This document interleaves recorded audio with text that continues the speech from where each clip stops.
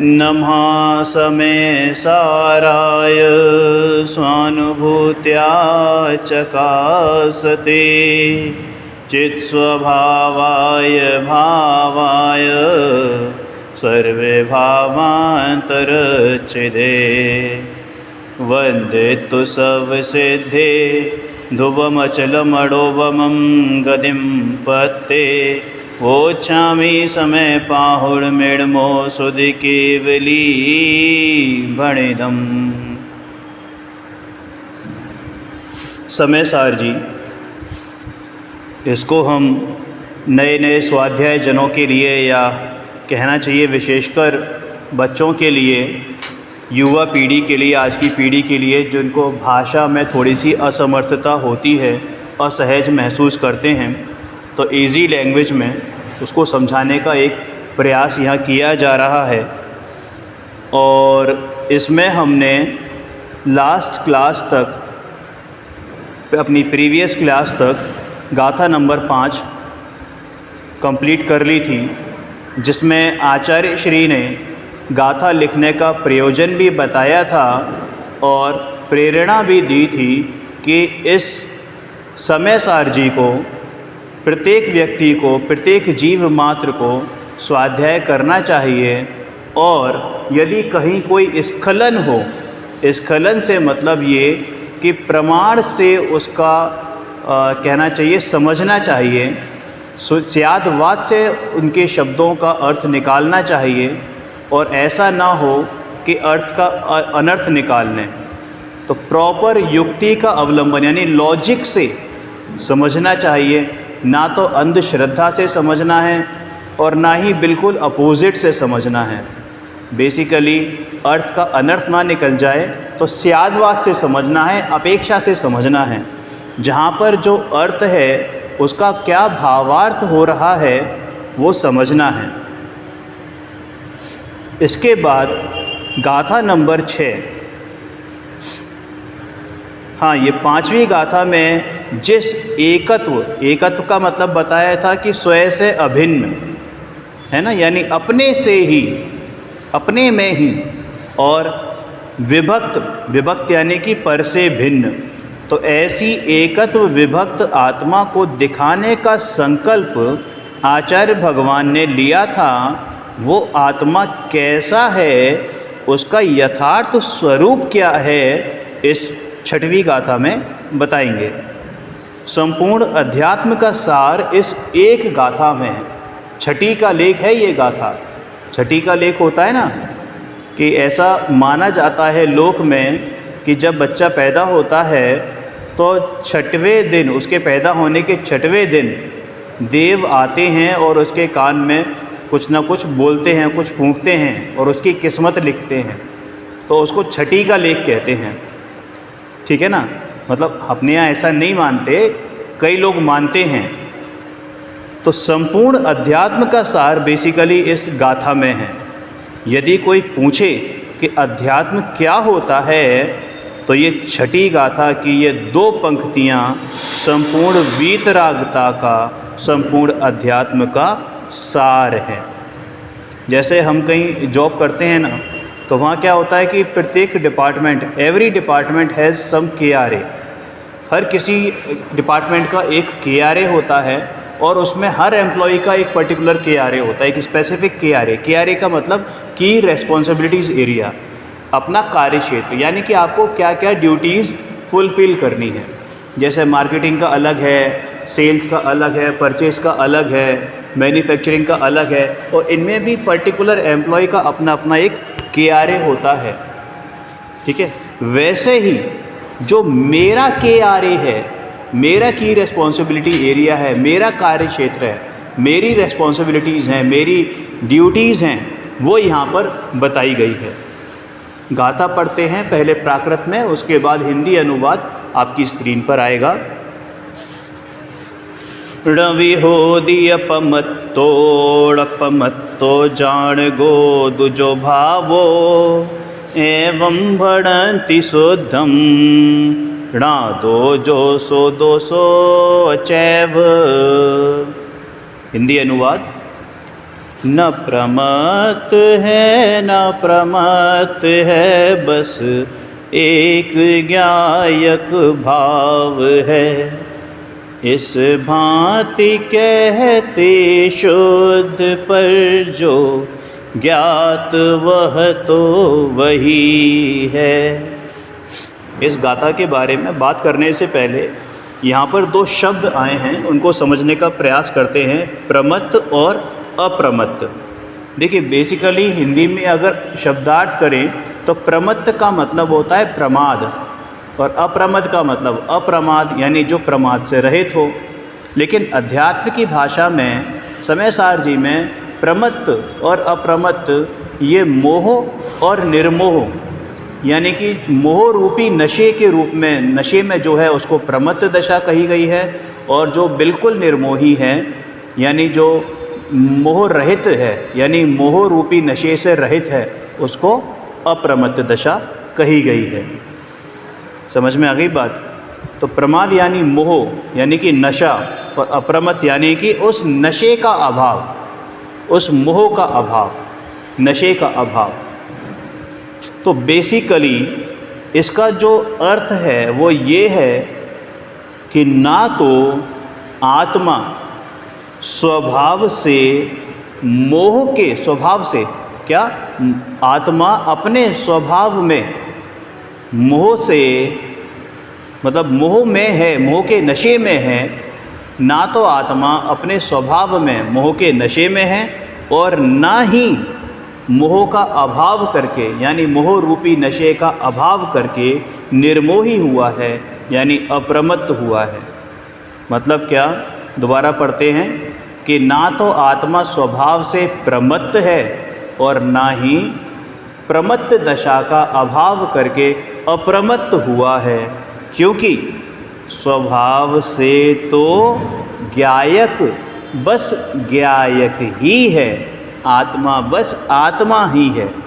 अब आत्मा कह लो, ज्ञायक कह लो, ज्ञान कह लो, जो है सो है। शब्दों के फेर में मत जाओ, ये कहना है इस गाथा का।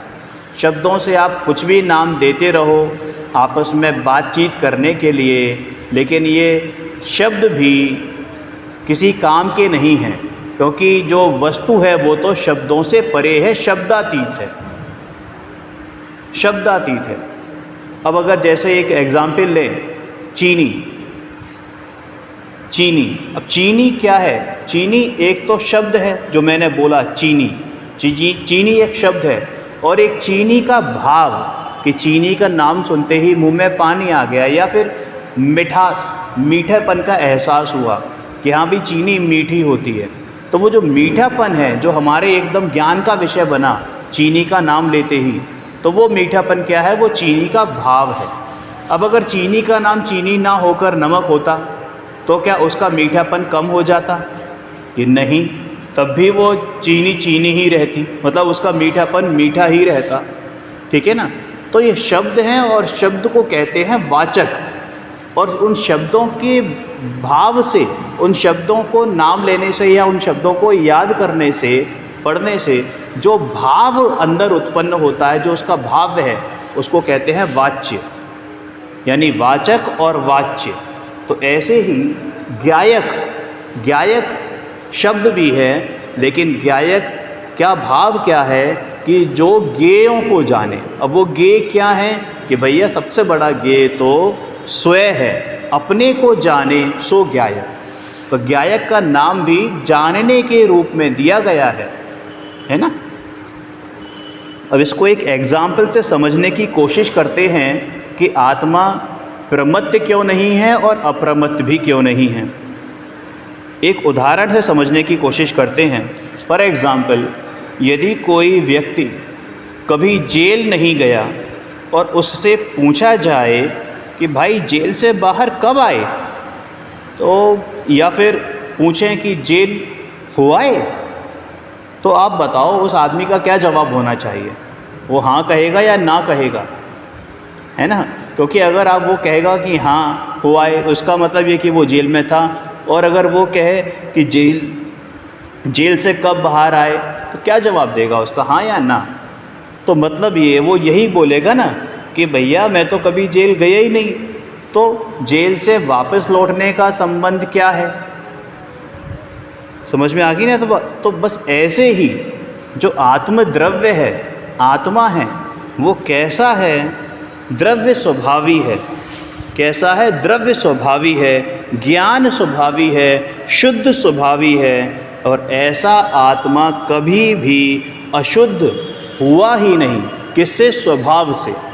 जो कुछ भी शुद्धता अशुद्धता दिखाई दे रही है वो सारी की सारी पर्याय में दिखाई दे रही है, लेकिन स्वभाव में आत्मा कभी भी अशुद्ध हुआ ही नहीं।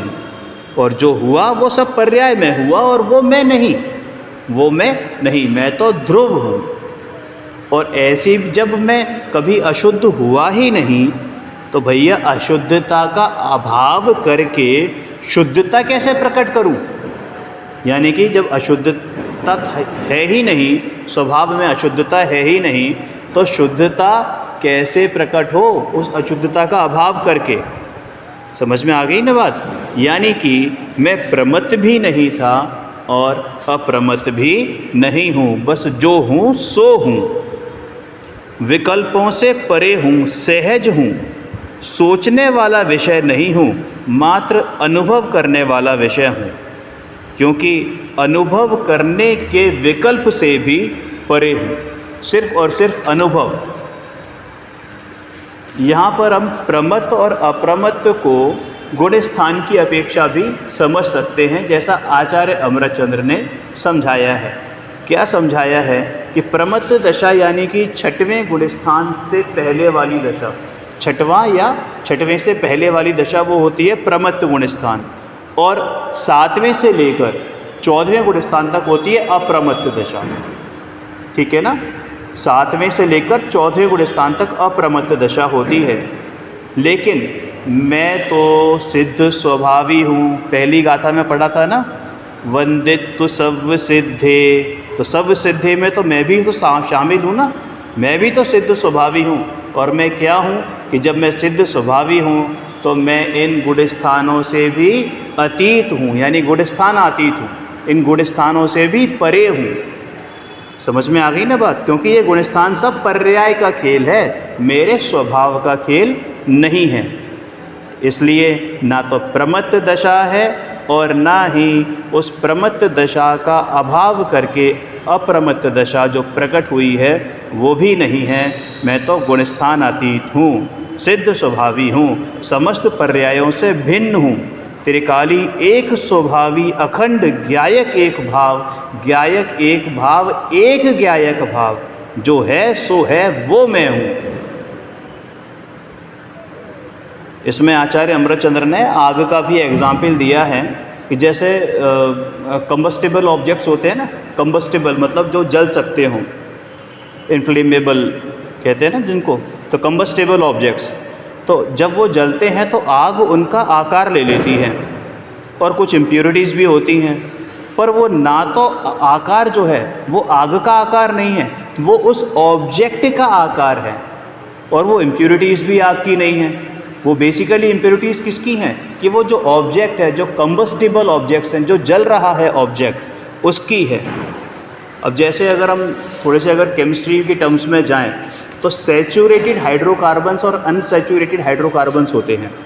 तो क्या होता है कि जब सैचुरेटेड हाइड्रोकार्बन जलते हैं, जैसे कि मीथेन, ईथेन, ये जब जलते हैं तो इनमें से प्योर फायर निकलती है, प्योर आग निकलती है। इनमें ज़रा सा भी सूटी फ्लेम नहीं होती। सूटी फ्लेम का मतलब स्मोक नहीं होता, धुआं नहीं होता, इम्प्योरिटीज़ नहीं होती, राइट। लेकिन जब वहीं पर अनसैचुरेटेड हाइड्रोकार्बन्स जैसे कि लकड़ी हो गया या कोयला हो गया, जब ये जलते हैं तो तमाम धुआं और सूटी फ्लेम निकलती है, यानी स्मोक के साथ निकलती हैं, और तमाम इम्प्योरिटीज़ भी होती हैं। समझ में आ गया ना? But actually that sooty flame or that smoke or that those impurities is not actual fire। समझ में आ गई बात? तो वो एक्चुअल में वो आग नहीं है। एक्चुअल आग तो बिना स्मोक के, बिना सूटी फ्लेम के, बिना इम्प्योरिटीज़ के होती है, और ना ही उसका कोई आकार होता है। वैसे ही जो ज्ञान है वो आत्मा है वो तो त्रिकाली शुद्ध ही है। क्या है? स्वभाव से त्रिकाली शुद्ध ही है। जैसे उस आग का स्वभाव कैसा था? प्योर था। समझ में आ गई? वो तो केवल उनके संयोग में रही है, उन ऑब्जेक्ट्स के संयोग में है, इसलिए वैसा हमें दिखाई दे रहा है। दूसरा पॉइंट क्या है कि जैसे ल्यूमिनस ऑब्जेक्ट्स होते हैं, लुमिनस यानी कि जो स्वयं जलते हों, प्रकाश देते हों, जलते नहीं हो, प्रकाश देते हों, जैसे सन, मून, बल्ब है ना, ट्यूब लाइट एट्सेट्रा, ये सब क्या है? प्रकाश देते हैं। तो सबसे पहले तो ये खुद ही रोशन होते हैं ना।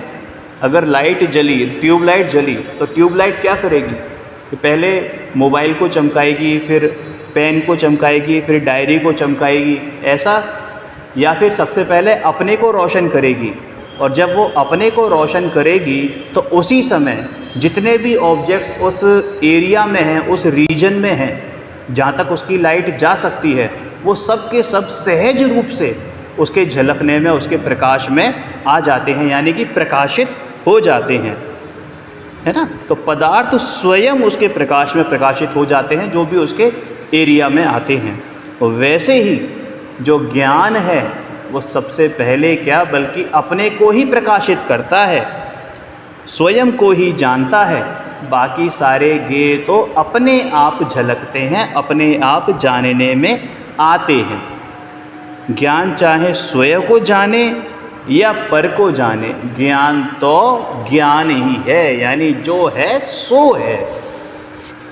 पूरी गाथा का भाव सिर्फ इतना है कि हमें अपने त्रिकाली शुद्ध स्वभाव का अवलंबन लेना है, उसी का आश्रय लेना है, पर्यायों का नहीं लेना है। चाहे वो अशुद्ध हो यानी विकारी हो, और चाहे शुद्ध हो यानी अविकारी हो। मतलब अशुद्ध मतलब कि विकारी, और अशुद्ध मतलब कि उन अशुद्धता का अभाव करके प्रकट हुई जो शुद्ध पर्याय हैं। बेसिकली पर्याय दृष्टि से हमें दूर हटना है, हमें तो स्वभाव दृष्टि करनी है। जो त्रिकाली शुद्ध स्वभाव है मेरा, उस तरफ दृष्टि करनी है। और ऐसी दृष्टि को ही द्रव्य दृष्टि कहते हैं। और पर्याय को प्रमुख यानी पर्याय को जो मेन रखते हैं, वैसी दृष्टि को पर्याय दृष्टि कहते हैं। और कल्याण करने के लिए पर्याय दृष्टि किसी काम की नहीं है, मात्र द्रव्य दृष्टि ही काम की है। लेकिन साथ में हमें ये भी ध्यान रखना है कि आगम का हर कथन स्यादवाद से लिखा गया है, यानी यहाँ पर जो अपेक्षा हो, जहाँ पर जो अपेक्षा हो, उस अपेक्षा से समझना ही समझदारी है। अन्यथा एकांत में कथन चला गया तो मिथ्यात्व के जोर से अर्थ का अनर्थ भी बन सकता है, जिसका हमने लास्ट क्लास में, प्रीवियस क्लास में एक एग्जाम्पल भी दिया था, जब हमने दृष्टांत दिया था कि बाजार बंदर खा गया या बाजार बंद रखा गया। समझ में आया ना बात? तो बस, ना मैं प्रमत्त हूँ ना अप्रमत्त हूँ, जो हूँ सो हूँ। और उस एक ज्ञायक भाव का अवलंबन लेके हमारा मुक्ति मार्ग प्रशस्त हो सकता है। प्रशस्त हो सकता है क्या, बल्कि होता ही है। सकने वाली तो कोई बात ही नहीं है, कोई डाउटफुलनेस ही नहीं है इसमें। उस एक ज्ञायक भाव का ही आश्रय लेकर हम मुक्ति मार्ग की ओर अग्रसर होते हैं और मुक्ति सुंदरी को प्राप्त कर सकते हैं। जय श्री ओम नमः सिद्धेभ्य।